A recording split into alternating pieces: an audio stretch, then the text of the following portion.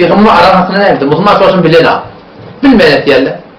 Burada toyot diyen gibi diye daha bilen ha. Peygamber ne diyor aran hakkında? El-hamru ummul fevahişit. Arak hem telekeçeden eyetti, enedidir. Her bir telekeçer adam öldürmeyen enesi o. Oğlun enesi o, zina enesi o, labatın enesi o. Her bir günah enesi. Ve ekber keber günah kebirler var.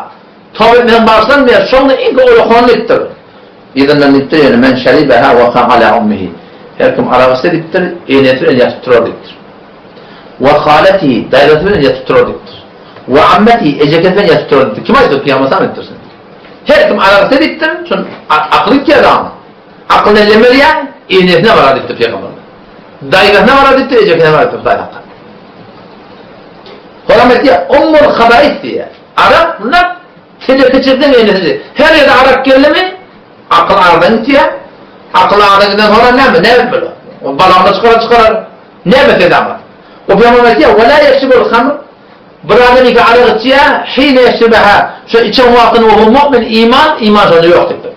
Bir adam arak içiyor ne? Sofranına, toyununa, haydi burada ardına, onu arak içip duha, peygamber ne mi diyor? Şu adamın imanı yok dedi. Bunu da o zaman hesap vakti ki bir adam arak içeni şiarda boğulayan olsa, iman yok boğulayan olsa, ummul habayet boğulayan olsa, enehine adına bağlayan olsa, o adamı ki getirip du, satıp du, toyunu paylayıp du, koyup verip du, onun yerine ne olmalı? Ne peygamberler etti?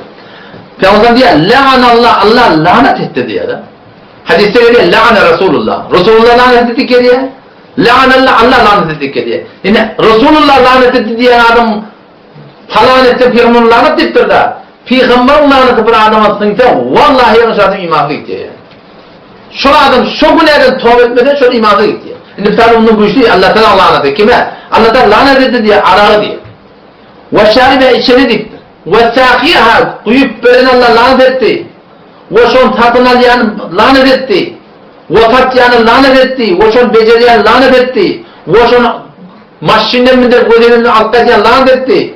O adamdan çünkü şu an götürdü, son toraya başına alıp paraya, son cerihine başına alıp paraya, şunu lanet etti diye. Şu adam dedi ki şu günlerden yaşak et diyorlar. Tövbe et mesela aslında yani onlar için iman yok yani. Bir kuruluş. Onun için de Müslüman da on ne bir edem olsa avval bilmeyediktir. Tövbe değildi. Teşvik o tövbe değildi. Yanlış mı ediptir değil mi? Allah Teala mehribandır, Erhamer Rahimindir. Bilmeyediktir zaten tövbe etmek Müslüman da on. Doğru mu öyle?